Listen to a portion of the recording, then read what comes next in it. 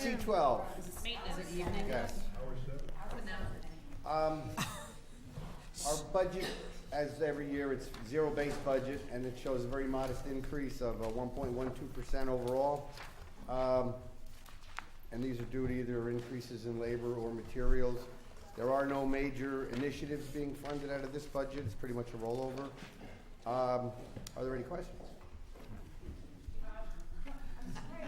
Oh, you go so fast. When's I even there? Sorry. We heard from some members of the public over the year about making sure that the fields were clean. Did you take a look at that? And is there any need for an increased staff, in your opinion, or do you feel like we're good the way we are?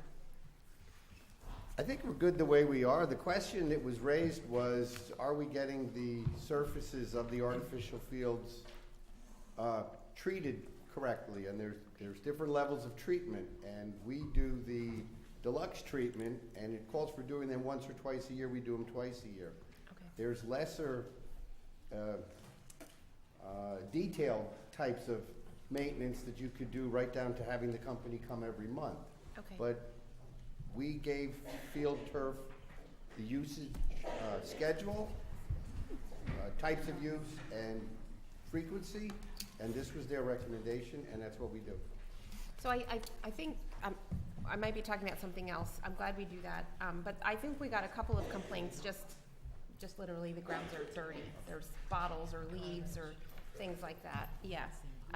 So I'm just curious So if they. I think part of the question, I'm sorry, I know I'm interrupting, told you I'm getting punchy. We added garbage cans, because we were getting last year, because we were Yes, hearing we did. concerns. There was a concern maybe at the increased usage at the high school, through outside activities, maybe garbage wasn't getting cleaned up, and their question was, could there be a reminder to the youth groups, reminder to the school team groups? Have you seen maybe better care, better garbage management? Is that what Well, you're talking about, okay, like actual I can garbage answer management? that. What we did in that regard was we did get the additional garbage cans and recycling containers. We spread them out among all the fields, and we have a custodian who, we rotated among the high school custodians. On Saturday morning, when they're in there for sports practice in the schools or something like that, they have a time where they go out and empty the cans. So whatever occurred, say Thursday, Friday, Saturday, they're emptying it Saturday morning. And then we also send our grounds crew up there Monday morning, which they always did. They're now also going up there Thursday mornings. So we've increased, and it hasn't eliminated the issue, but it's improved it quite a bit. I mean, there's a lot of people that use the fields, the snack bar's open, they bring things with them. It's not like, certain places where you bring your garbage and you take it with you. Right. So. Although maybe we And have we- gentle reminders. That would be great. And So- as part, we've also, we've also have held the coaches accountable as well. Yes. That when they're practicing, through the athletic director, is when they're practicing and when they're done, they basically make sure that all their bottles are picked up and they throw them, properly dispose of them in the trash can as well. So we've seen a big improvement on that. Yes, and the people that run the youth sports, when we've had issues, we've called those people up, and they've been very responsive on getting after their coaches to clean up after the kids. So it's working. I mean, Can I ask sort of a related question to the cleanliness of fields, stands, all of that? There were a lot of complaints in the fall, and I think we talked about it, about the bee issue on some of the fields.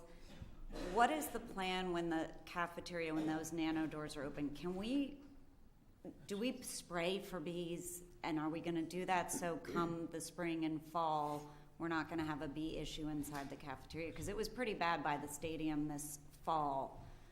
The weather stayed warm pretty late, but there was a significant bee issue around the stadium. we're not allowed by state law to, you know, do preemptive spraying.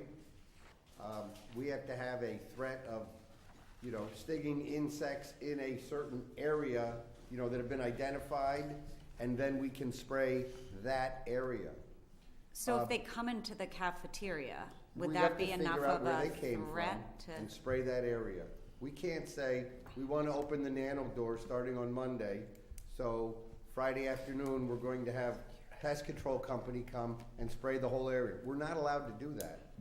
You know, we've been asked about that in regards to tick control. Yeah, no, And we're just not allowed to do it. It's against the law. If we were a park, we could do it, but we're a school and we're not allowed to. I had a snarky comment, but other questions on facilities? Mr. Maroney? Yeah, line 464, uniforms. We're budgeting 17,000. Our run rate looks to be, we're expecting to spend 26. We've gone 16, 15, up to 22. So why 17? Well, we dropped the number down because we're not spending as much as we were. We've been aggressively bidding the uniforms. People have had to submit better documentation to get reimbursement for working boots and things like that. So we're spending less money, so we're cutting that dollar amount down to, Okay, just making sure we're going to equip the people who need to. yes. Okay. Yeah, in fact, the other day, I spoke to a couple of my groundsmen and reminded them that, you know, they're entitled to certain types of clothing that they, you know, the way the weather was, they could have used. Okay. Mrs. McCammon? So we've only had 3 days to see it, but given that the new cafeteria is open and bigger and has new furniture, are you comfortable with, are your custodians comfortable with whatever support they have for cleaning the space? Yes. We shifted the hours of one of the day workers to give him another full hour and a half in the cafeteria. He was coming in at 6, now he comes in at 8, so he stays a little later in the day. And we found, I actually asked him on Thursday, that person, and he said it's been no problem at all. So they're happy. So staying on that area of the building, we had some concerns about water leakage. I believe it's from the cafeteria heading towards like the sports wing, right? The locker rooms Right. and stuff like that. C building. Would those repairs happen in this current budget, or is that planned for the budget we're looking at next year? We hope we did those repairs last month. Okay, I love that. So it's not, Okay, we think we did because we've had a couple torrential rains and you it might hasn't. find out today. Yeah, right? Okay, We think there were about 4 spots where it was problematic. And we had a company come in November and December and do repairs. A lot of them were in the cafeteria area, that back wall, the threshold between C building where the kids can come out and be up on that terraced area from first floor C. okay.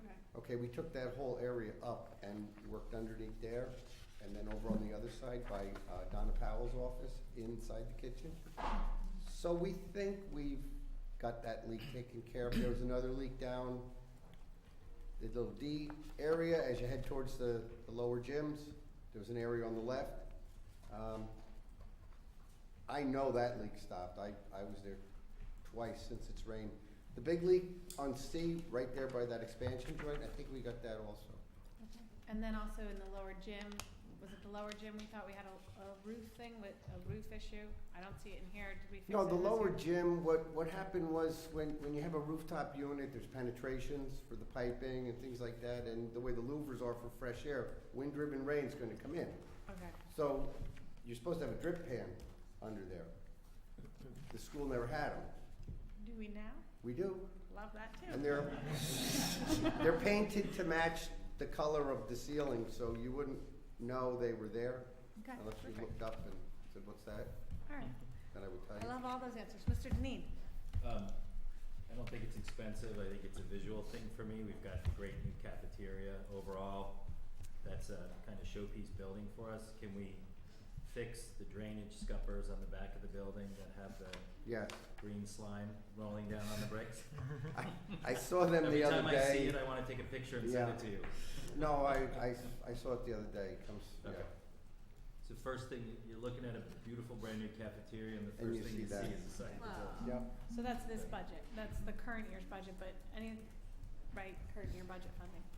Mrs. McNamara? Looking at a couple of items, and just looking at the percentage of increases, so starting with the care of the trees from 20 to 24, we just have more trees or just more issues?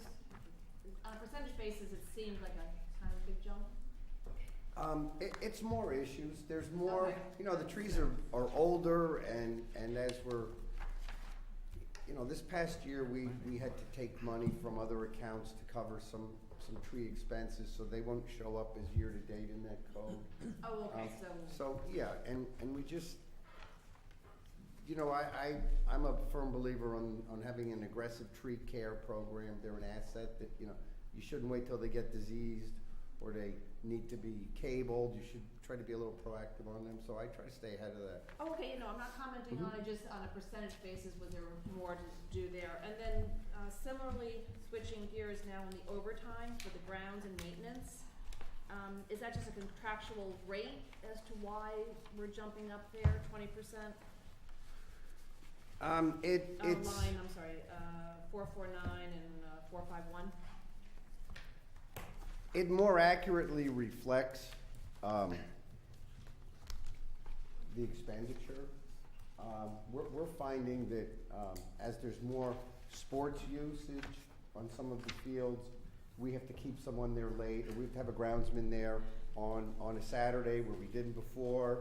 You know, there's very little emergency repairs that a grounds person would do, but, you know, there's just a little more use and a little more need for people to be there on the weekends. This doesn't cover snow removal. That is out of the snow removal part of the budget. So this is more, whether it's youth and or, A lot of it is sports driven.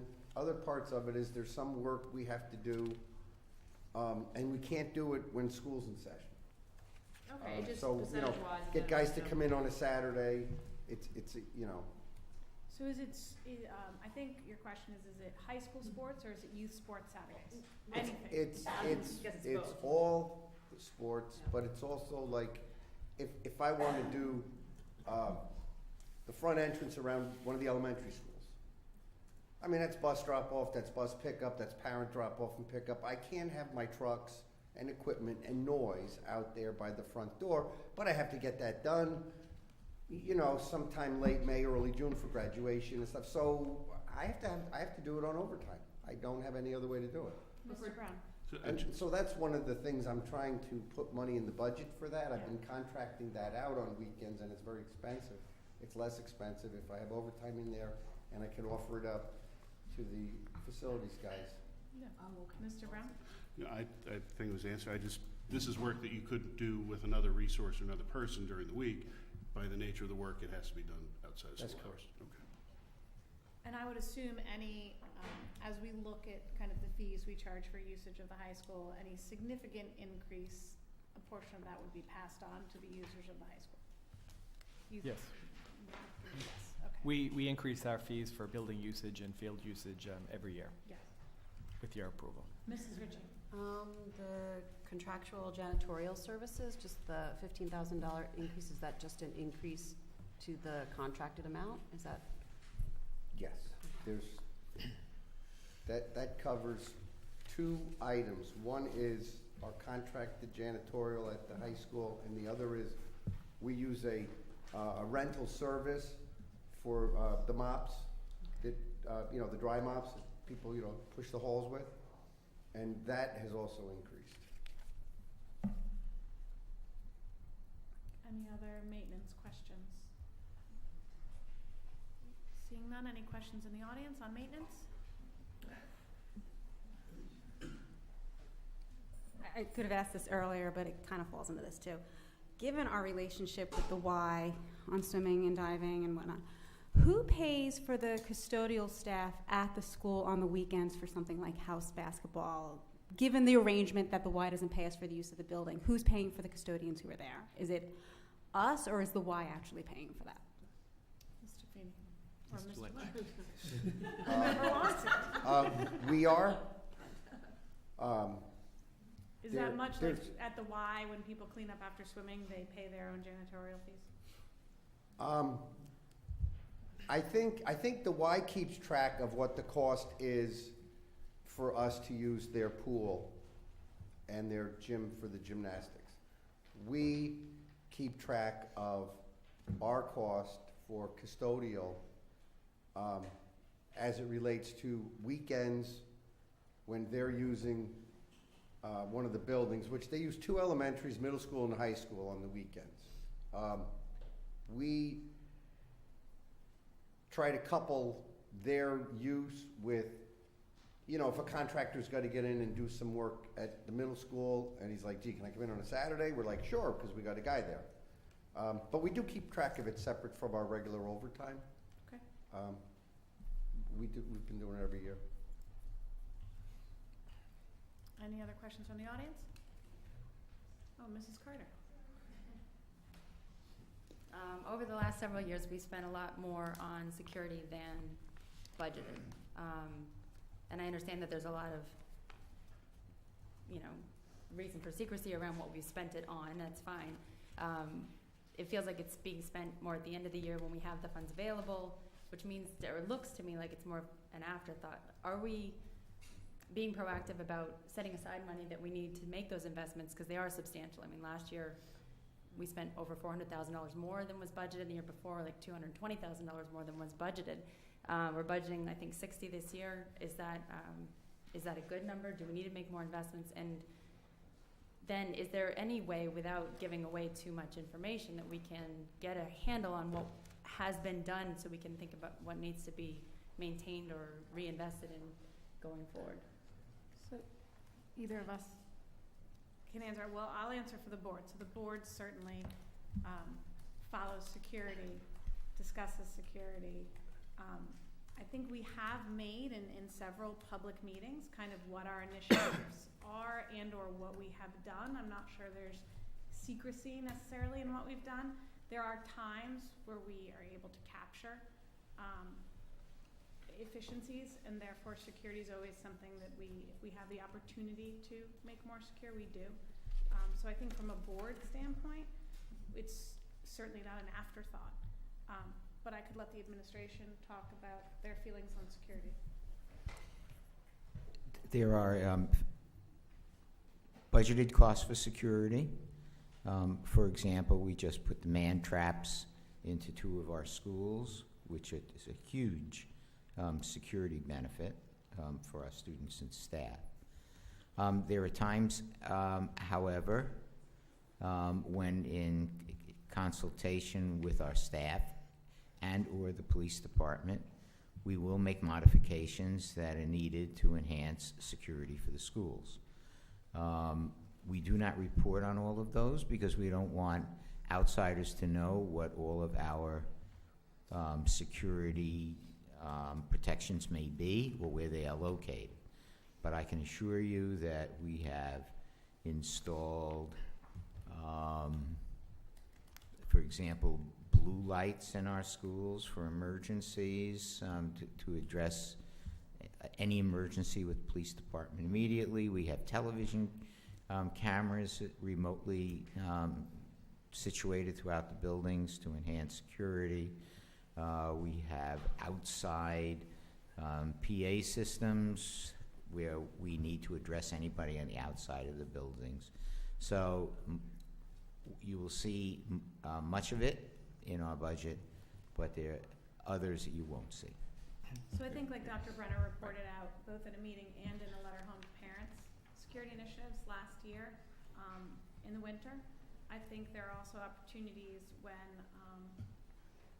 certainly, quite frankly, the world we live in with school shootings, and last year after Parkland and some of those conversations, that when we saw opportunities to continue to secure our schools, we did. So I think at the moment, the board could ask if they feel comfortable with security, but at the moment, given the plans that we are aware of and where we are, I feel comfortable.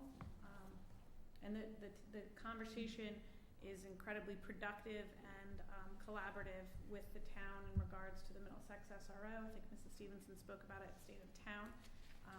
That is kind of in their hands, although I don't want to pretend that it's anything but a very collaborative conversation. But it is a town expense. So the board voted last spring to approve it. The police department is working on that, and the town is working on the funding of that. So security is not an afterthought, is probably the best answer to your question. We also have one that's in the capital budget as well that we're still working through in order to provide the details to the board, which is the security at the high school, of closing off some of those loops with the gatehouse during normal operations. We're working with the police department, the planning department, and then obviously we're coming back to you for a report. But that is something that is disclosed. It's something that's in our long-term capital improvement plan, and it's something that we'll be going back before you on. Mrs. McNamara. I'm sorry, I do have a question back for Mr. Lynch. The final two lines of the budget there, lines 482 and 483, improvement of sites, improvement of buildings. Could you just give us a little color as to, for 105,000, oh no, sorry, 95,000? I mean, those two lines together have been quite substantial. I could. 90,000, now what are you thinking there? Well, we did have, I guess when we look at the improvement of buildings, the 483, which does dovetail a little bit regarding the leakage, we did do a transfer in of $50,000, which brought us up to $105,000, which did fix the leak that Mike was previously discussing. Okay, so that was the leak, so you don't need that much again Right, I've dropped it next back year, down. bring it down to. Yes. Because it's been as high as like 147, so I'm just. Well, okay, back there in 16, 17, I believe we were taking 2 classrooms at okay. Oxbridge and turning them into ELP rooms. Okay. If you were able to go back 2 years before that, we took 2 offices and an art room and made them into 3 ELP rooms at Royal, so, you know. Locker pods, I'm sure, so. Yeah. Yeah, there's still things like, the locker pods, well, actually, the locker pods were capital, but yes, similar type things, improvement of sites. We've done some, playground enhancements, like we do the safety surfacing. If the PTO is buying a new structure, we'll put money into that. There's been a few things like that. Okay, but at this point, for that 95,000, you have pretty much earmarked for what Yes. you're gonna use that for next year. Yes. Perfect, thank you. I have one more question, which I think dovetails off of Mrs. McCammon's question earlier about field and field repairs. Is that a combination of your staff walking the fields and Mr. Manfredonia's? Who's making the call whether the field is safe for children to play on? The call is actually made by the referee that's officiating the game. What I mean in preparing for But like on the a summer. on a day-to-day basis, Yeah. it's a combination of Chris or myself. I have one grounds worker who, he's dedicated to, he lines all the fields. So that's one set of eyes. There's another guy, 2 guys that use the larger mowing machines. So they're out on the fields twice a week. That's 2 more sets of eyes. And then my other 2 groundsmen happen to be really good at fixing the sprinkler system, so they're out there at least once every week or 2. So there's a lot of different sets of eyes in addition to Chris, myself, foreman Jimmy Stamatis. So, it's kind of like a collaborative. Somebody sees something, a rut, a divot, a busted sprinkler head, vandalism, etc. And we go take care of it quickly. And there's, on the weekends, there's Nick DeMayo. He checks the fields. He's like the field marshal. He does the weekend checks of the fields, and if you're a coach or have a participant in the youth sports, you get, this year the big thing every Saturday morning seems to be that all grass fields are closed. Because it's so wet, and then there's an updated 12. Yeah. So, And then, Mike, we also have an outside company that inspects Yes. the artificial turf on. Yeah, Field Turf has a branch that does maintenance, and they come and service the fields, and when they service, They also inspect them for, you know, abnormal wear or damage or things like that. So we have that. We also use a company with the revenue that's paid by youth sports participants. We have a company that we use, actually there's two companies, Premier Fields and Athletic Field Services, who do more professional grade, you know, certain types of fertilizer applications and sodding that we just don't have the capacity to do. They do things like that on a, you know, it's like a twice a year, 3 times a year basis. Okay, so this budget you feel like is fully for building and fields, maintenance-wise, Yes, cleanup-wise covered? Okay. yes.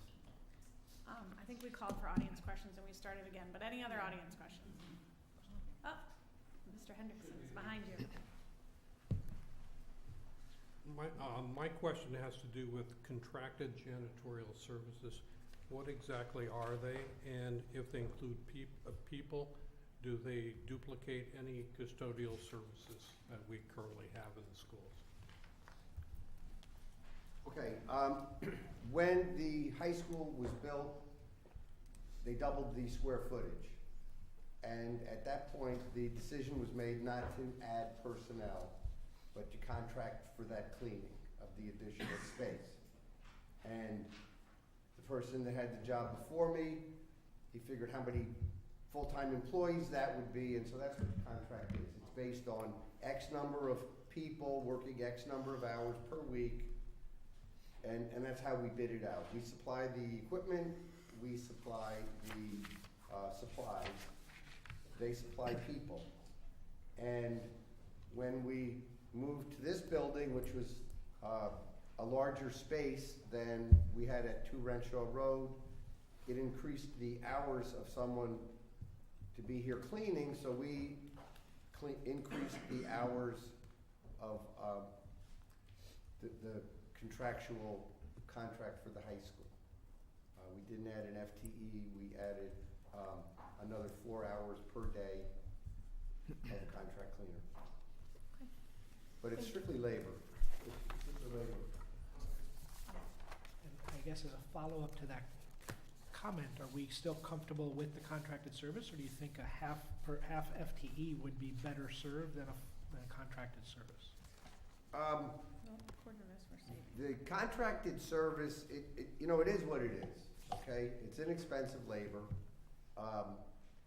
and it's bid.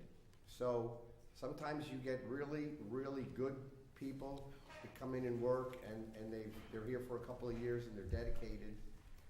But in other instances, it's a revolving door, and the people are in and out in a couple days to a week. So, you know, it's contracted labor.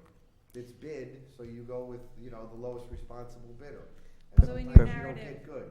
in your narrative, you say it has saved in excess of $350,000 per year. That's correct. If you took the cleaning cost for that many full-time employees, and did their salaries and benefits, as opposed to what we pay for contracted service, we save about that much money.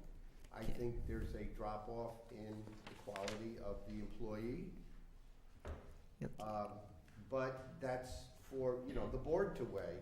If, you know, they wanted the cost out of more full-time employees and less contractual, I'm more than happy to do that.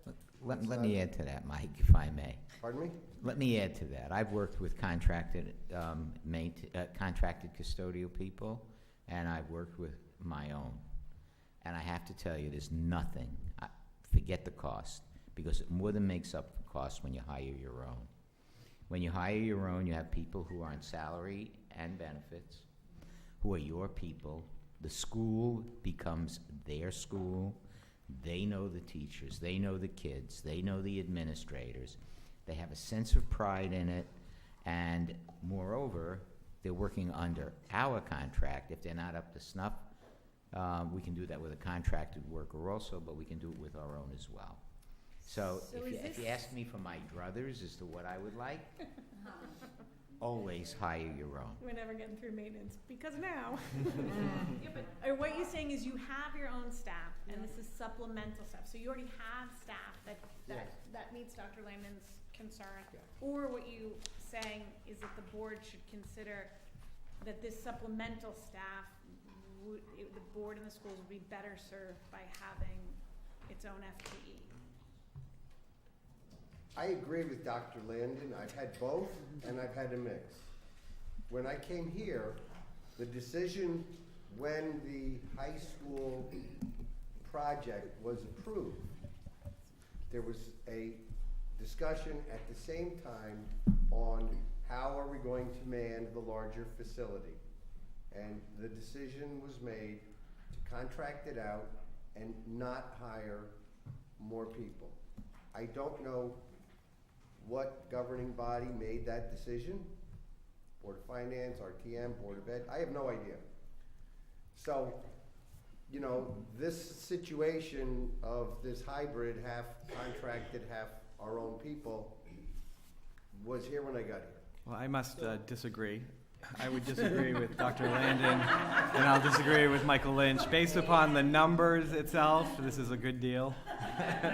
I just And said it money should be remain. I guess the question is, the question is you, Mr. Lynch, and I think overall, I mean, you and your team do a phenomenal job with these buildings and these facilities, but are you satisfied with that setup? You're not proposing that we add an FTE, you're not proposing we go to more of our own people, you're not proposing we go more contracted, so you're happy, Alan's happy with the high school and the cleanliness of it?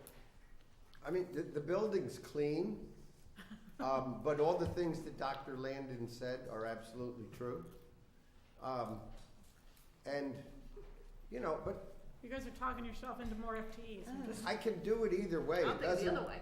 you know, I've had both where I've worked. I've had, you know, I've had where it's all contracted maintenance. I've had where it's all contracted grounds. I've had where it's, everything's contracted and the facility director manages contracts and very few individuals. I've had it where it's all in-house. And what is being said is true. If you wanna save money, you contract it out. If you want a better quality job, where people take ownership in what they do, and you're willing to spend the additional money, having it all in-house is by far better. So it's, you kinda have a balance here of both. Could you give us, not now, what, if we did bring it all in-house, how many bodies you would need, how much time, what that impact would be, just so we can see it? It's worth looking. Sure, Can I ask absolutely. for the inverse too, if we send it all out? all janitorial services? You wouldn't be able to do that.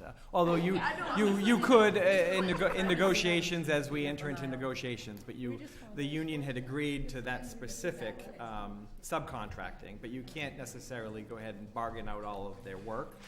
It would have to be negotiated, but I'm not saying that we can't go ahead and negotiate. It would be Okay. it would be a tough fight though. So back on budget, here's what we need. We're having a conversation, which is interesting. But the next budget meeting, can you please bring us back your recommendation? It may stay the same, it may change, but what is your recommendation and what's the impact for this line? And could we get a sense as to what that balance is, contracted versus staff? You were saying before with the high school and the bodies, I have no idea. Are we contracting at 80%? Is it 10%? I don't know what it did when the high school was built. Tara, Mrs. McCammon and Mr. Brown. you can put Lynch between a rock and a hard place. No, I'm not. I'm the hard place. He's the rock. Yeah. I'm I'm pretty sure I'm the hard place. let him just You give know, I'm us the supposed to data. agree with my supervisor, and they both have two different opinions. What am I supposed to do? Can I just throw out there that, as a board member, I'm not interested in revisiting this line item today, or next week, or in 2 weeks. I do think that it's a valuable conversation for the future. I think it begs a few questions. One of them, for example, is we ran into with the cafeteria, the level of background checking, for example, and what level of background checks are they going through before they get into the building. So I think that it's actually it could be a fairly complex question that might require some level of scrutiny when we actually open the box. So I'd say let's not open it right now, and but we could certainly table it for another day. Well, I think what we need to know is from our administration is, should we open it? and they may say we shouldn't, and then we can decide. But what we need to know is what is your recommendation for this budget cycle? And if it is still this, it's still this. Mr. Brown? Just really simply on the $350,000 in savings, I would love to see, I mean, we have a 5% and change growth rate change here in the contract. How does that interplay between the contract growth over the years versus the people we have here every day on staff? So I'd like to see how that changes over time. All right, maintenance, who would have thought? Anybody else? All right, Mr. Lynch, you're staying put because we are going to move on to fixed expenses. RC 25, please. Okay. So there's two accounts here. Fuel oil, there's a decrease, and that's due to two factors. One is that we're switching the buildings over to gas where we can, and the other factor is the rate that's been negotiated with the fuel companies, which will impact the first few months of the heating season of this budget. As far as the electric, the next line item, the town has negotiated actually a lower rate for the actual electric use. So that rate's going down a little. The delivery rate from Eversource is going to go up a little. So it's fairly a wash. We do use some more electricity due to plugging in all these one-on-one computers every night and things like that. We offset that. We change out to solar. We're changing out. We're working with the town and their consultants on the solar project. We're changing hallway lighting out to LED. And we're going to start migrating. That's in the capital for next year. We did it at Royal Hallway this year. It came out really well. We did it at high school a couple years ago. It came out really well. So we're trying to fight the battle of increased usage versus more efficient, lights, blowers, etc. So it's sort of a balancing act. Okay. I don't think Mr. Lynch is taking on health insurance. Mr. Feeney? No, that's Mr. Feeney. No, but sewer, too, we've also seen a decrease in sewer, and that is due to the artificial turf fields going in Yes, and it's utilizing lowered our this. watering costs, and then there's been the imposition of watering limits by Aquarian, and we also have separate water meters on the water lines that go to the fields. So we're able to give a very accurate amount of water that's used in the schools that would go down the sanitary sewers. And so we've lowered our sewer rate, our sewer bills, even though the rates have gone up. Okay. In the area of insurance, our property insurance is going to be remaining the same.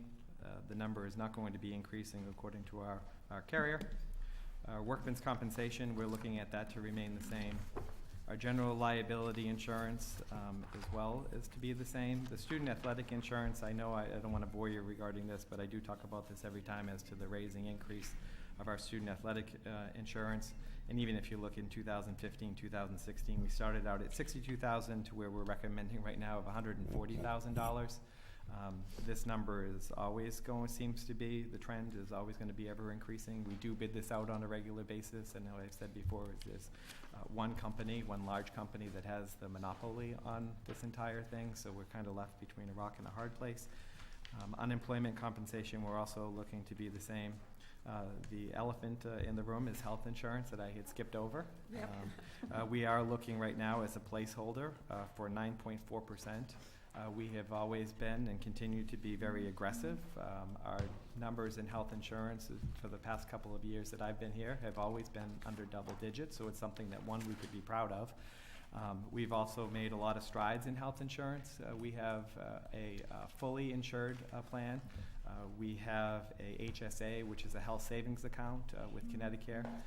We're never shy of changing health insurance carriers, not that we change every year, but in the past we have changed a couple times over a 8-year period. We've gone through a couple of the vendors. I don't foresee us changing for the next year that is coming up, but we're still looking at that. Some of the strides that we've made in negotiations is we've increased the copay amounts. So the teachers now are contributing 21%, administrators are contributing 21%, and the rest are contributing anywhere from 18 to 21% as well of our unions. When we talk about the high deductible plan, they're also sharing a significant portion of that cost. So it's a health savings account where we mandate that the contribution for a family would be $5,000 and the employee contributes half of that. We've inched that up over the past couple of years. It typically was $2,000, $4,000, and now it's $2,500 and $5,000, again at 50% as well. I can entertain any questions that you may have, but with health insurance, again, this is our first shot. It's not going to be any higher than this. We'll continue to work with our broker. Hopefully, over the next couple of months, that we have our utilization rates, that they are lower than what has been forecasted, and if that's the case, we'll be going back before you for a decrease, hopefully. Mrs. Ritchie? Just on regular pupil transportation, the increases sorry. related to the new contract that we entered into, which is, I could explain it, but maybe you'd like to go into it, where we not only, I guess we're getting newer buses, so the cost of the district is going up. Yes. So we have, we entered into a contract. We did a complete request for proposal, public request for proposal, a year ago. So this would be the second year of a 5-year contract that we've entered into. We use the assistance of CREC, which is a regional consortium, in order to assist with us that professional expertise of developing a contract. Our contract has been completely revamped. When we originally went out to bid, we had 8 vendors that actually came. All of your large vendors were here to get the presentation that we had and to understand a little bit more about the bid process and what we were actually looking for. Unfortunately, we had only one bid that basically bid on it, and really that does come into account that your ordinances, your planning and zoning doesn't allow buses to be parked in Darien. So when a vendor actually comes in, it makes it challenging for them because they'd have to secure space in a Norwalk or perhaps a Stanford in order to basically put their best proposal forward. So that's my editorializing of this. But at the end of the day, we had an 8% increase for next year. 7.53 is slightly less than the 8% because we were able to throw a couple things in there that we were previously paying as a standalone fee that we're no longer paying for. The following years, the good news is that it's 4%, 4%, and 4%. We did have an internal, a spike in the upfront years for the first 2 years, and that's a result of our fleet was very old and I would say deplorable. Those buses were terrible, those buses, and they continue. We've made great strides regarding it. They were breaking down all the time. All of our surrounding communities of Stanford, Norwalk, New Canaan all had minimum thresholds as to a bus can no longer be 10 years old, and if it's 10 years old, then it's off the road and so forth. But Darien never did have that threshold. So this has forced them to go ahead and invest a significant amount of money in our buses, and this also has changed it around where we were getting all of Stanford's 10-year and older buses and Norwalk's older buses as our fleet. We have not. We've had a couple vehicle breakdowns, but very few than what we have in the previous year. So we are paying more for the fleet that we currently have. I can tell you my son's very excited when these new buses pull up. He's Great. creating excitement. Same vendor, yes. Mrs. McNamara? Just to follow up on your comment there, do you feel the fact that we went from 8 to 1 bid was a factor of the storage of the buses per our local zoning rules? Yes. As a follow-up, we had CREC reach out to all of the vendors to see why they did not bid on the document. Oh, so it's And the confirmed, feed- that was why. The feedback that we received is that, one, there was no space in Darien that they could even possibly acquire. We had no space that they could actually store the buses in. In some of the communities, you typically have a public facilities garage or a dump area that you'd be able to, and we unfortunately just did not have that. And to go before planning and zoning in order to allow for that to happen in any of these areas was a monumental task that they weren't willing to take a risk on. And I can tell you, although the planning and zoning was very flexible regarding it, even our 2 Suburbans, those are not allowed to be parked anywhere in Darien. But we did get an exception for that to be parked here The at downside Board of that Education. also is the town doesn't collect any property taxes. If the buses were housed on Darien's property, the town property taxes would accrue to the town for the value of the buses multiplied by the tax rate. But as much as I also understand it too, right? Darien is a very residential community. You really don't have a commercial area, to my understanding, although you all live here. When you're talking about idling buses, starting buses at 5 o'clock in the morning, I'm sure no one would want to live next to a bus depot. And there's really, you're limited in space completely as to where. How many buses? 23, 24. And several Are you small, staying on short buses. transportation? Okay, Mr. Maroney. So with this contract, does this forbid us for changing any of our bus routes or schedules or anything like that? No. So if we have a policy that is 1 mile from the high school that you must walk to school, and there's no sidewalks along those routes to get there, we could change that policy. Absolutely. Well, again, Mrs. Chairman, you mentioned policy last meeting, and I think we use a policy to drive something, which makes sense, but in some ways, I think for this, it's probably not in the best, may not be in the best security of our children to have to walk without a sidewalk to school. So what I can That's update a you policy on, committee. what I can update you on is that Mrs. Stevenson and I have spoken. She is looking at sidewalks in town. We said we would provide her the map of our walking students in an effort that if there was a request to add sidewalks to town, that maybe the paths of students walking would be part of that consideration. Perfect. And so that may take care of it, because our policy is well under the state guidelines for walkers. So we're getting there. As soon as she has a chance to look at her plan, and we can talk about where we would like sidewalks to go and what they think is in the best interest of town, I think we may see improvements. But it was a very initial conversation, so it hasn't come back to us till they've seen a map and know what their funding is. Can I stay on transportation for a second? Our transportation, you're saying because of the contract, is up 7.53%. Our special ed in-district transportation is up 8.52%. Are those tied? And how, I would assume they have to be tied, and how closely are they tied? Yes, they are tied. They should be tied. Yeah. The difference here on regular transportation is they threw in a lot more things that we were paying for previously that has a decrease for. For example, we used to do dry runs that we would have to pay for prior to the start of the school year. Now they basically include the dry runs as part of their regular offering of the transportation services for us. So I'm no longer paying a week's worth of buses to ride routes to basically make sure where they know where everyone is stopping. Do they know their job? They're basically, yes, they're basically doing it themselves. And there's a couple other things that basically have dropped that down to the 7.53%. Okay. But ideally, it would basically they would be similar. Yeah. Pretty much similar. Well, no, I Although said you- we have a question on in-district special education, but I think this answers it.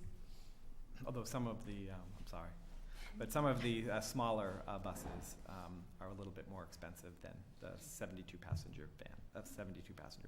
Okay. Mr. Janine? And you continue to feel there's no recommendation to add to our existing fleet that we own to help out or cost save in any way? No, not, no. Mrs. McCammon? How many big versus 72 passenger versus small buses do we run? You know? know? I don't know the top of my head the exact number of small buses, but I'll get 5 or that for the 6? next meeting. Any other hands? Any questions from the audience? Mrs. Carter?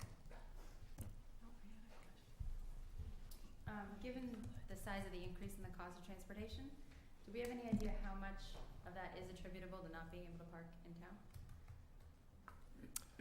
No. No guess.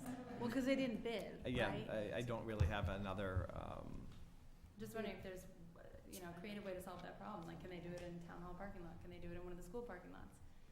And how much would we save? Because, we're up like $400,000 in 2 years. Just wondering. Well, the fleet needs to stay there all day, correct? I can't see. So, Yeah, so right. the fleet needs to stay all day. That's what they're looking for, so they don't have to do the runs to like Bridgeport and back. and the challenge if we would utilize even a school parking lot would be the neighbors that surround us, but as well as the fueling part of it as well. You would have to have some sort of fueling station where you would be able to put the diesel in the vehicles and all of that, which I'm not sure you'd want to use for spillage or leakage that you'd want to use school property for. Well, how does New Canaan do that? Excuse me? New Canaan has it. They They have have it at the fueling high at the high school? school? I'm not sure. We don't know where they fill their buses. No, but your point about fuel, but New Canaan does it. They manage to fuel their buses at the high school. Well, we don't, I don't know where they fuel their buses. That's a fair question, how they run it, but right now we don't have a spot in town, which is, I think, what causes the problem with our It's buses. a lot of buses. It's a lot of buses. Can I just- Although, I'll go right to you, am I right that First Student has most of the contracts in the Shredder They have area? a lot of contracts, yes, they're very big. Mrs. Ritchie? I'm sorry, I just had a follow-up question. We renegotiated the transportation for students in district. How does that tie into the athletic transportation? Are we using those same buses to transport the athletes? And is the contract in tandem, or are they separate contracts? How does that work? They're in tandem, but we're not required to utilize them. We're not mandated to utilize them for our transportation, for athletics, correct. But do So we do, there's times where there are not buses that are available. The new contract allows them to have extra buses available to Darien where we didn't have that previously. With that being said, there are times where we don't have buses available to run athletics events. But we do know most of the time, we do know that in advance where we will subcontract out for other busing companies to provide that service. But it's a lot less than what a 3-tier system a bus would actually cost. We're paying on an hourly rate for that service. Okay, we'll move on to capital projects. Mr. Lynch? Yes, ma'am. Okay, the change, Oh, I'm sorry, Paul. Thought we had already done that. It says here that, to clarify your narrative, it says third year of multi-year contract, and later on it goes fiscal year 19/20 will represent year 2 of a 5-year contract. I think that needs to be consistent. And then you say it increases 3%, however, on the budget it goes up 7.53%. My question is did the rate go up 3%? Did you change the number of vehicles year to year? I'd like a reconciliation of that. And also, your increase is based off comparison to the revised budget. If you look at your 18-19 budget, the increase would actually be probably 11 or 12%.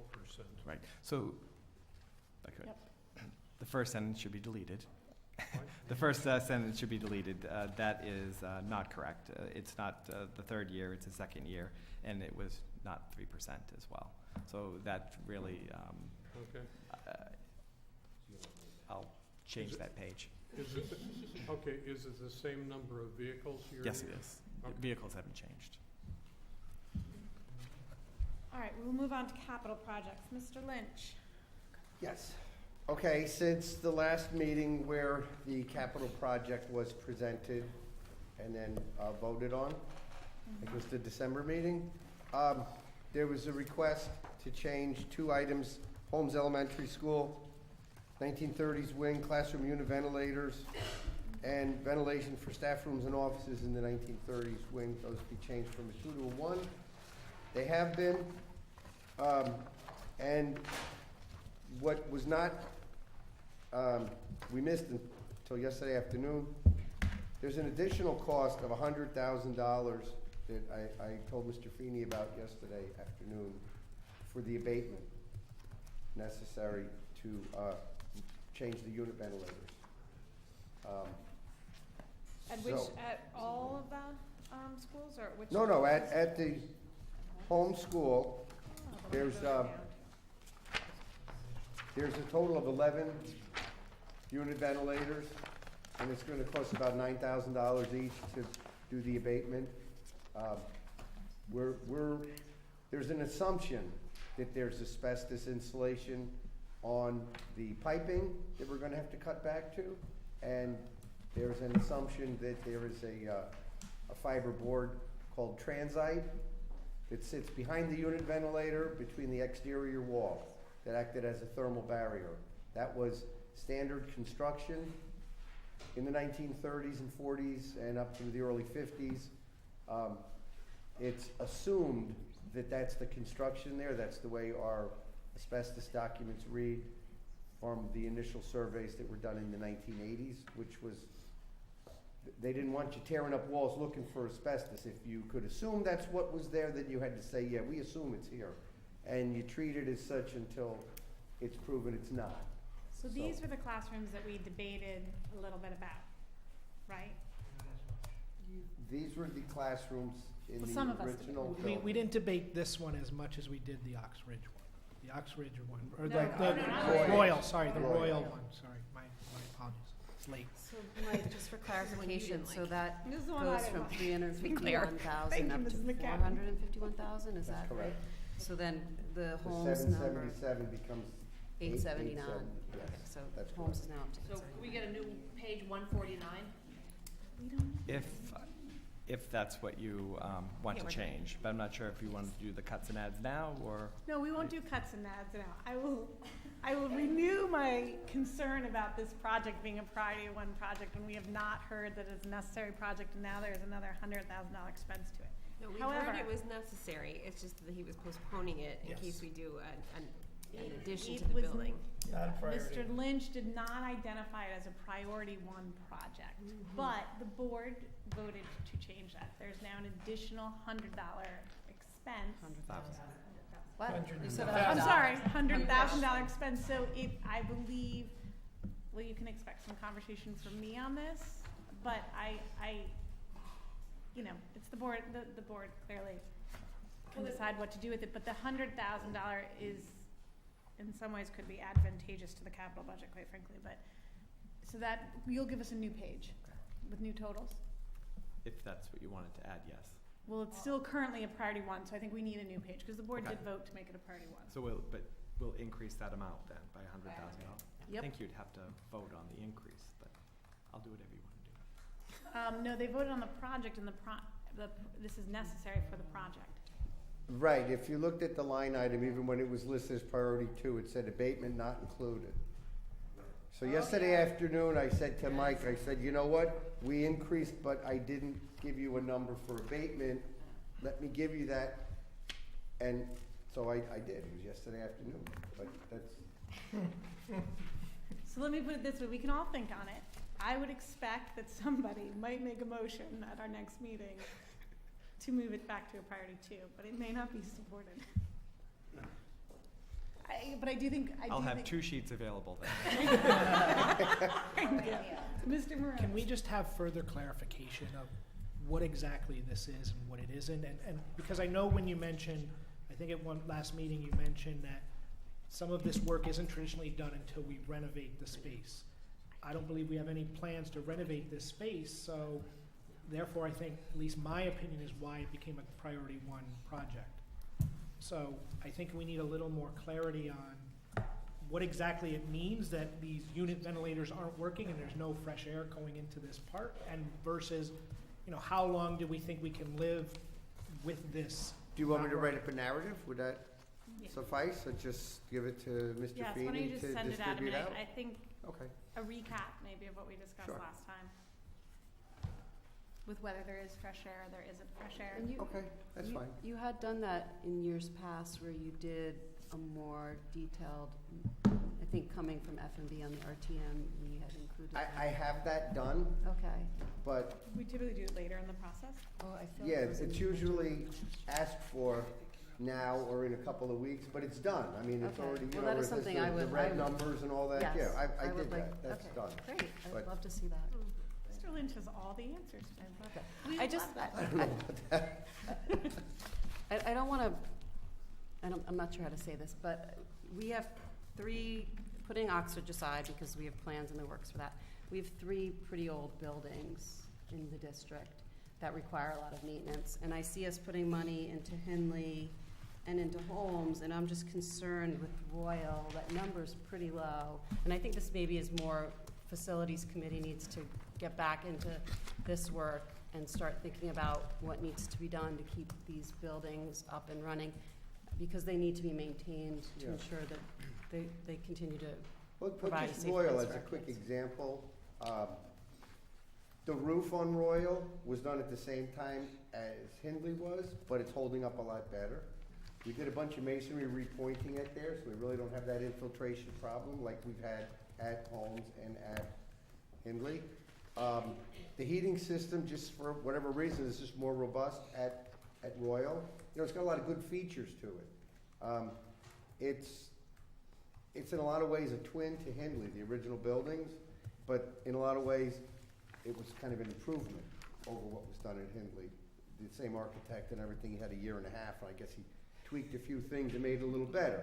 It just seems to be a little bit better in the past, laid it out. wasn't the case. I mean, it's got all new windows, where Hindley got, 10 years earlier, it had windows kind of retrofitted in. So it's just it's in a better place than Hindley. and I So think that's my- why it's less money in And the I think my capital. comment is more, we just need to have I feel strongly that we need to have a plan in place, so we know looking out 5 years. And I know you do your priority ones, your priority twos, but I think we need to really have a more comprehensive plan in place where the facilities committee from the board is working with you to make sure that we're continually looking at this and making sure that I'm more than happy to Yeah, do so that. I think your first instinct is right, that should come down at the facilities committee meeting rather than this budget, but then we can work on scheduling that and making sure that happens. I think that's a fair request at some point for the other schools, that's what we said our next step was. On the similar lines to that, we have no capital projects to Oxbridge, nor do I think we should, and maybe we should have discussed this in maintenance, but are we comfortable that we can survive at Oxbridge until the new building is complete without having to put any further money into it? And, Well, we don't actually have approval for new building. oh, fair, so- but are we comfortable not putting any money in it in this budget, right? Because we're not doing any improvements to the school at all, so are we comfortable with that? I am. The roof is in fairly good shape. The boilers are 14 and 18 years old. There's two boiler rooms.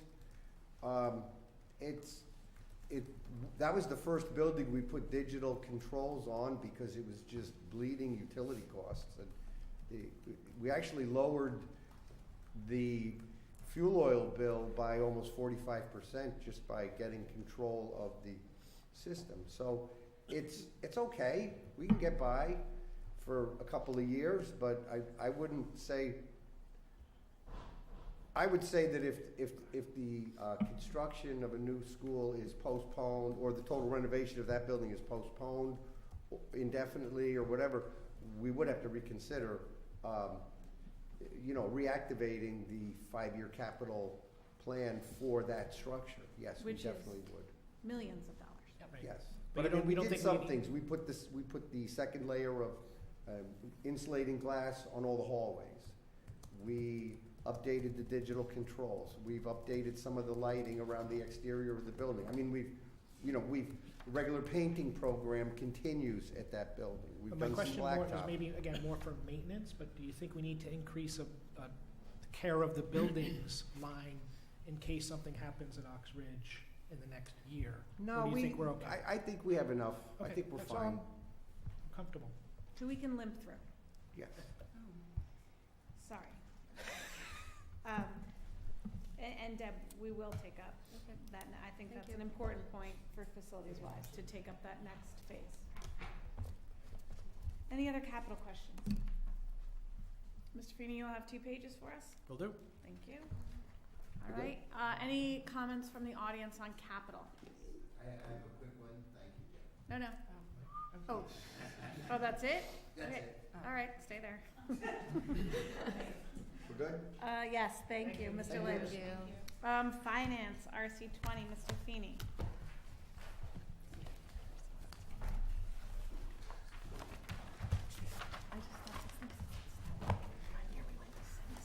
I promised I would beat Mike Lynch in shortness. So I'll entertain any questions you may have. Anybody?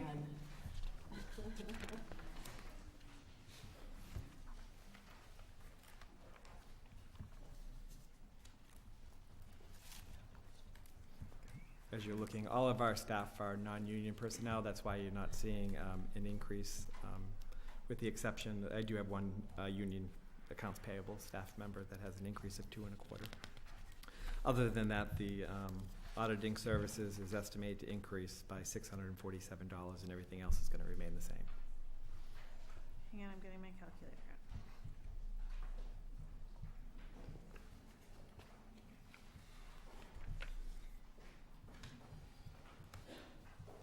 Can you talk to me a little bit about accounts payable? What's the run rate on that? If we're at 32,000 already? I'm sorry, line 719. Year to date, we're at 32,000. You think we're good? Am I? We should be good, yep. Okay. All right, never mind. It's late, I'm tired, and I could be doing my math wrong.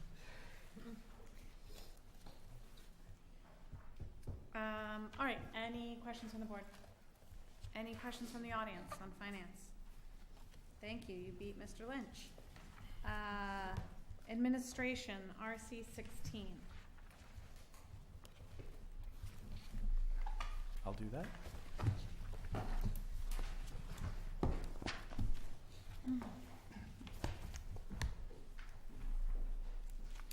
This is the administration's budget. You'll see in salaries, the largest percentage increase is the superintendent. This was brought up to the levels that it was in the past, and as you'll see, it is a significant increase because we did have a transfer out of that account. As for operation or consultant services, we did have, we're running a little bit high in consultant services. That's due to the superintendent search. We plan on bringing that down for the following year of 1920 for $10,000. Our legal services account is $282, and if you do the run rate on this one, I do believe that that would be in line with where we currently are projecting as well. So I'm not sure I see a concern for our regular general administration as of now. Everything else pretty much stays the same as well, although we do have a decrease in catalog handbook printing. That's the district-wide account that we utilize for a whole variety of different things, including graduation and some of the plays and performances that are held that are district-sponsored. We do see a decrease because we have our own in-house print shop. But there are some things that we do still need to farm out. So I'll just remind people who track these year over year, Dr. Landon graciously accepted the 45% salary at a full-time position, which very few interims do, so we thank you, and we certainly work him full-time. So as you track Plus. year over year, plus, I was leaving out the plus. So as you track year over year, you can send Dr. Landon a big thank you and understand that dip. Are there any questions on administration?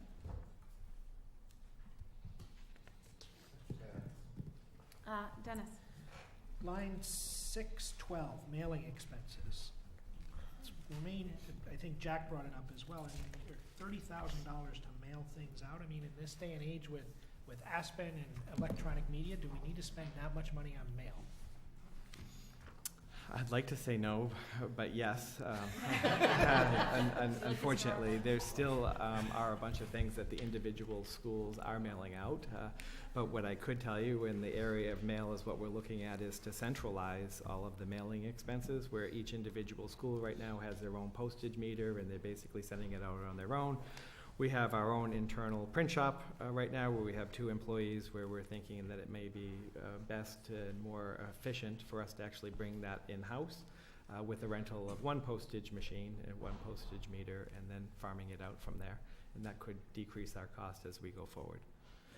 We do not have pre-sorted mail, but we do get a discount on our postage meter mailings. Plus, many people don't open pre-sorted mail.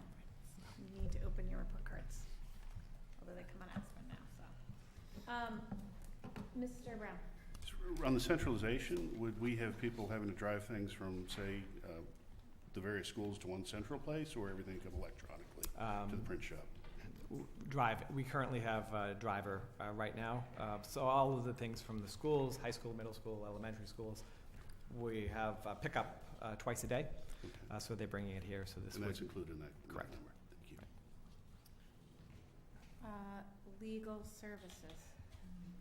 Who wants to talk to me about what's driving that?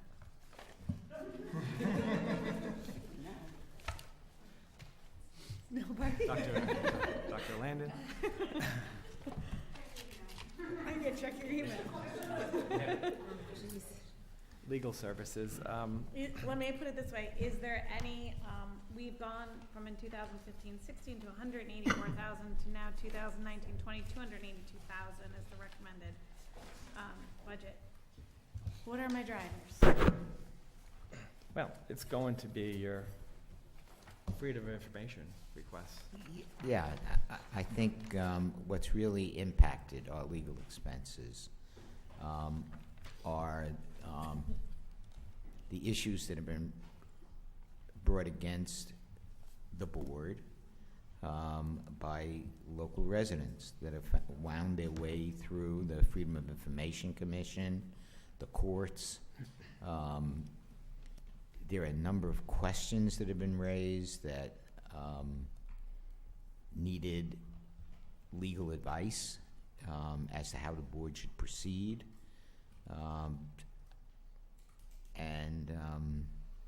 I don't know, as far as I can tell,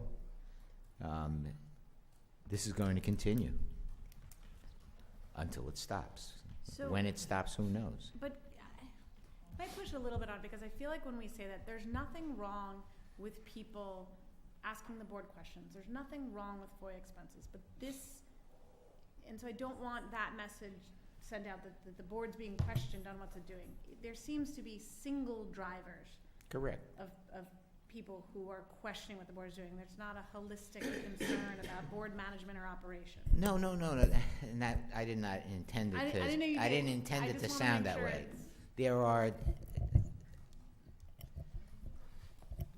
The community has a right to question the board. The community has a right to ask questions that require legal follow-up. I understand that, and that's normal procedure anywhere. What I find unique here is that you have a few individuals within the community who essentially have taken up all of our time and most of our and virtually all of our legal expenses. And I've questioned our own counsel and asked, where is the limit on this? Because some of it is so repetitive, it happens over and over and over again. And it's not just the board that's been affected by these. It's been previous board members. It's been members of our staff. It's even been members of our community who've had nothing to do with some of these issues. But it's consistent. It keeps on happening, and I don't know how to stop it. I guess there is no way, unless it gets to the point where a court or a commission could determine that the consistency of these things are frivolous and therefore the legal expenses are now attributable to the person or persons bringing the suits rather than the board having to absorb these costs through its own budget. Mr. Burke? Understanding that we may not be able to do anything in terms of the amount of FOIA requests that we get or their nature, are we looking at how we are doing the responses? For instance, when it's an attorney review, is it totally necessary for it to be an attorney within the shipment firm? Can it be a paralegal expense as opposed to a full freight, attorney eyes on? I understand that some of these individuals who make these requests and we make our responses then automatically take us to the commission, and that's going to be an attorney expense. But at its heart, making a FOIL response is rather rudimentary. I understand that some individuals have made this into a litigation type expense, but that doesn't change the fact that we ought to. We're going to be taken to the court probably anyway by some folks. So if it can be a paralegal expense within the firm as opposed to like the highest billing rate, and I don't see the bills, so I don't know, but isn't there a way that we can reduce it from that end? Do you want to? Go ahead. It is not all attorney driven. Paras do the ones that are more straightforward. Some of the requests are convoluted, perhaps intentionally so, and then we I agree, I've seen use. Okay, oh, good point. But Tom Mooney is not reviewing our FOIA requests. So can you, with your experience, and I know it's late, indulge me for just a minute. Dr. Brenner had explained to this board that this was unlike what he had experienced in his experience as a superintendent. And yet the board functioned very similarly to other districts. Can you maybe opine on your experience as a superintendent? Do you see anything radically differently about how we operate, or is it that the requests seem radically different than what you've experienced? I think our board operates like any other board I've worked with over my full career. What's different in this is the reaction within the community. I have never seen 2 or 3 individuals spending 100% of their time suing the board or from my perspective, harassing the board in the way that has happened here. It's just, I've just never, now I've been a superintendent for 39 years, and I've never seen anything like this in my whole career. Okay.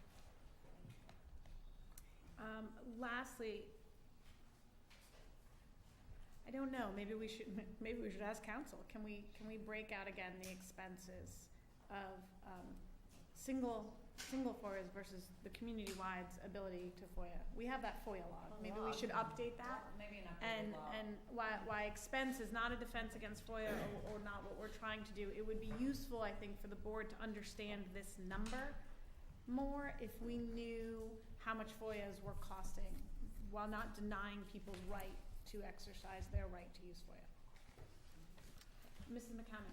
I would agree with that point. I think the board should be more familiar with the makeup of the legal numbers, because I think that's, it's partially our relationship to council. It's our job to actually manage those dollars. I think that we should be managing them.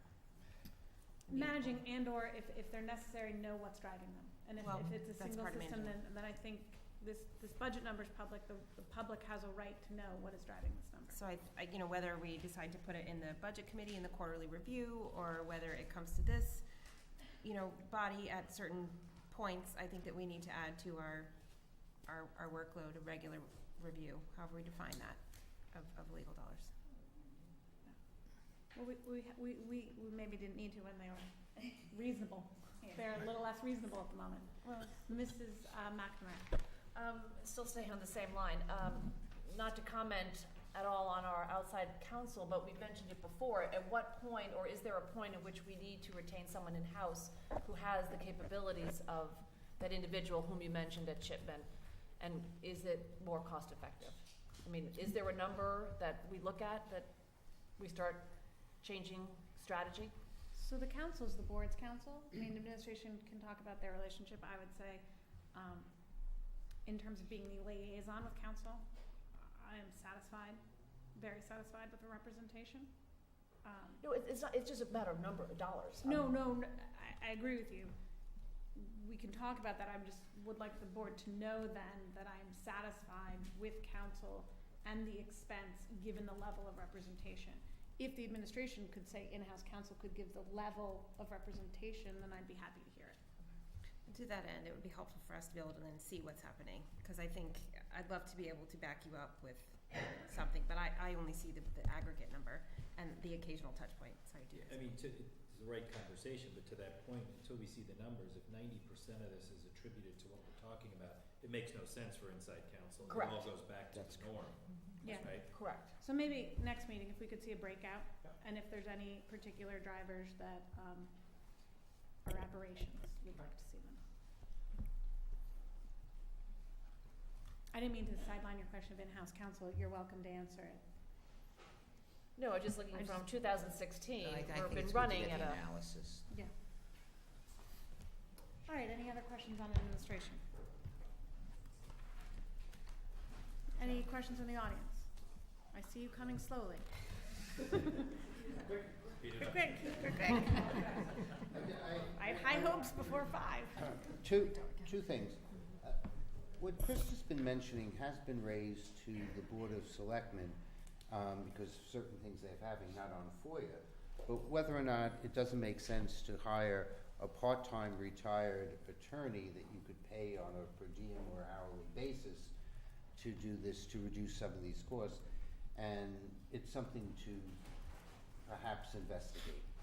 On the FOIA, I do know that the town, even though they have much less expense, but even with the electronic copies, you can stop electronic copies and start charging per page, which is something that there comes a point where you just say, yeah, over a certain dollar amount, you do it. So the town does it, and it's not going to. Maybe less people react to what the town does.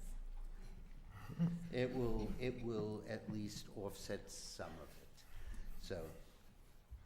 I think it's a good suggestion. I think at times, Mrs. Sine, you have tried that approach. Right, I think that if the board wants to adopt a consistent policy going forward, that you should consider it, but I think, to do it on an ad hoc basis to stop people, I think would make. There are things where you can do it based upon the number of Yes, pages yes. and other things like that, which would allow those that are in the normal course of, I want to know what's going on with my student, blah, blah, blah, might not charge certain people and charge others. So But most Can of I our s- FOIA Can you requests are cl- also emails, so they're electronic anyway, so we don't print them and charge them. Could you clarify that for a second, whoever has the information? Because my understanding was, yes, you can charge for a page of paper copy, but if you provide electronic filings, whether it's 200 pages or 700 pages, you cannot charge. Correct. Okay. I was going to say, for paper copies, I would wager that there isn't a single district in the state that doesn't charge 50 cents a page. Yeah. So the board then would have to look at a policy of whether it goes to all paper FOIAing, because it would be difficult to do it ad hoc. I mean, policy committee could review that should they choose to. But even then, do you still have to make available that someone could come in and review? They can either pay for it in advance, but what happens is most people come in and they review it and they take pictures with their phone, so we don't, it's hard to stop them. So it's hard to collect these days. So you pay for the cost of printing it and then they just take a picture. Because you have to offer them the ability to come in and view in person. Right, no, but then you might print them and Yes. they don't walk out with them. Yes. Okay.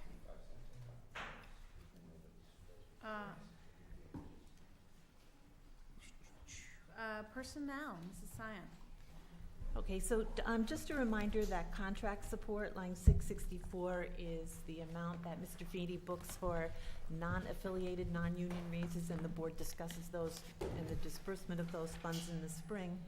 In the $7,000 in line 675 for staff development, there is a beginning teacher mentor program, which the state runs, but they pulled the funding for the dashboard that, where we track the modules that the teachers do, so now we're paying for access to the module, to the dashboard, rather. I'm sorry, which line was that? That is staff development, line 675. Is that a required program from the state? It's a required program. Some districts are doing without the dashboard, but it's really hard for teachers. We need to track the time that they spend on each module in order to pay the cooperating mentors. And so it's well worth the $7,000 to Right. get access to that information. Okay. Board comments or questions? Mrs. Ritchie? The contract support, because we're negotiating our contract? It's for the non-union. Okay. Any other comments or questions? Just seeing none. Oh, Mrs. McCammon? Can we just review what's in budget control and what the assumptions were? There are four, excuse me, sorry. There are four members, staff members that are put in budget control. Those assumptions come from the elementary report for 1920. When we look at the absorption factor, we have at least four that we'd be concerned about. The only caution that I would say is it doesn't factor anything in for the secondary levels or for special education. It could be used for that. It could, yes. Yeah, not additional, okay. Not yet. Any other questions? Mrs. McNamara? So, still on this point, so there's budget control for elementary teachers at 60, or what step are you?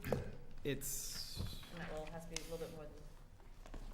It's 66,000 and change. I can get the exact for you, which is Okay, so, and if we needed to use it for, we use it for any staff member that may, if a section actually breaks in the opposite direction. So when you look at the enrollment report on the bottom Right. right-hand They're side, highlighted. there's a couple of them. There's two in particular that if we have one more student that comes into that particular grade, the enrollment would basically require, or at least the policy would require, that we increase a class or section in that particular area. and that rate at which you've budgeted seems to be consistently on target? Yes. We're gonna get So- some more information, right? Yes, I had Send the provided, preliminary. right, I provided some information regarding that. I did the history. I think if we look at one point, there was like 6.83 employees that were in there for $400 and something thousand, and we've slowly gone down to the 263. But I don't think there's plans for future information. That was the information you supplied us. I'm sorry. Jill, you're not looking for further information, are you? I just wanted to know our run rate. Yeah, he sent us the budget control budget, and then I'm just curious to know if we hit that number every year. Do we Not use this? every year, So no. that's what And I- as of now, But I think we you can have go not back through hit your that budgets number. and find where we Well, I hit. can, but it'd be useful for the whole board to have it as opposed to me doing it. I mean, I can, and I can bring it back to the board, but. But those numbers you provided, with the exception of this fiscal year, they were the actual numbers. Is that- Those are the actual budgeted numbers, correct? Those are our budget Budget. numbers. Those are the budgeted numbers, what Jill's but trying to- not the actual spent number. That's what Jill's trying to ask. So the actual spend, it could, I mean, it's a fair amount of work, I'm assuming, if you're gonna have to go pull back 5 years. I can go back to what the amount that was budgeted and what was spent would be very easy. But if I go back to basically say it was for this purpose, or this purpose, would be very challenging to do, because I'd have to go through all of the minutes of every board meeting in order to see where we did that, perhaps that transfer on. I think it would be good to have what we budgeted and then And then what was remaining? Sure, what that was would be, spent. that would be easy to do. Yes, I could have I think that. that'd be helpful. for you. So I have a question, just before we order that work, because I wanna understand the why. And I'm not saying the why is wrong, I just don't understand, because whether that's a section break or not doesn't inform whether we would have section breaks this year or not, or whether we, for some reason, the superintendent chose to break a section, isn't gonna inform necessarily going forward. So I think, so could you explain to me the reason we'd be asking Mr. Feeney to go back and do this? Well, it sounds like it's pretty easy, and I think it's good to have a historical perspective. just to keep looking at that number to make sure it is the right number to budget. I don't want to tax taxpayers if we're not using it. So if we're continually using it every year, then that's great. But I think it's just important to see we budgeted it and then we used it almost fully. So for this year, we used it for like a para. There was an IEP written that we need an additional para. It's an unanticipated expense, so that's what I'm saying. I'm not sure that it's going to show us what you're looking to see. If we use it, seems to be if there's an emergent It was need. Jill's request, it wasn't my request. No, that's so- what I'm saying. No, I'm sorry, I'm looking at you, but I'm just trying to get at what we think it will show, because sometimes I think when we put numbers on paper, we think it shows us something it doesn't. So what it shows is we have an unanticipated either increase in enrollment or an unanticipated staffing need that we can't meet in budget. I don't know that seeing it year over year, budgeted versus actual, is going to show you that. I think it's a 5-minute request, and I think that if we find out that we only ever use 1% at a time, then we maybe aren't using the right baseline to figure out the number. So I just would rather know that we use it at what rate. And I recognize your point. I don't think that it should be the only factor that we use to make budget control decisions, but I just think it could be a factor. Okay, so then the board needs to decide whether it wants to order this additional work. Jill would like to order the additional work. I support it. It sounds easy. Anyone else? No, I think it's helpful to show, and for those who are watching this budget process, that this is a item that we budget for and that we consistently use. I agree. So we Past may not performance is no consistently use indication it. of future. We know that. Maybe I'm missing it. I'm not opposed to it, but I think that's my concern, that it may belie an illustration of something that is not actually illustrative. So we may not consistently use it. There may be years where we don't use budget control and it's in the funds that we return to the town. We may use it because we had section breaks. Mhm. But what Mr. Feeney's saying is it's very quick and easy for him to show the aggregate, but not all the line items for what As it's for used which sections and So what I'm school. wondering what it's illustrating for us. But you actually said you brought it down each year based on you looking at enrollment numbers, but you're keeping it at a certain level because you know that para may come into play, or you may have to do a section break, so. Or that the I just step don't is know generally what a 60. look back proves. Yeah, I'm not challenging it that it's information. I just am always cognizant of when Tara, we. I'm sorry, just point of order. I did see 5 hands go up, so if you want to take like a formal vote on it, I think that Okay. probably just. Does anyone want to order the work? Probably spending more time talking about it than you would have. I'm in favor of it. Okay. 5. All right. Anyone against? You're gonna have to put a vote in. Sorry. 4. Have fun, Mr. Feeney. Well, the motion was to order work of an aggregate of budget control, budgeted and actual.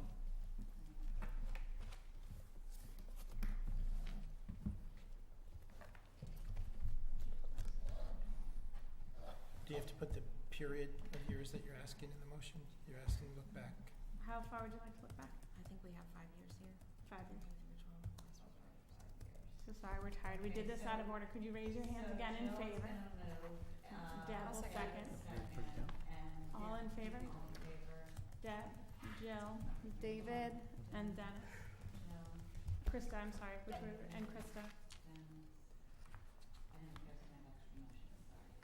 Yeah, no, and then against? Is Mr. Burke, Mr. Deneen, myself, and Katie. Alright, so motion carries, and you'll get that back to Yep. us For the next meeting. next meeting, okay? Alright, any, public comment on RC, what are we on, sorry, 18? Seeing none, then I need to call for formal public comment. Is there any public comment on today? Mr. Davis. I thought we liked that place. Yeah. Who are you? I'm not sure at this stage of the game. Jack Davis, 197 Hoyt Street. A couple of really quick things.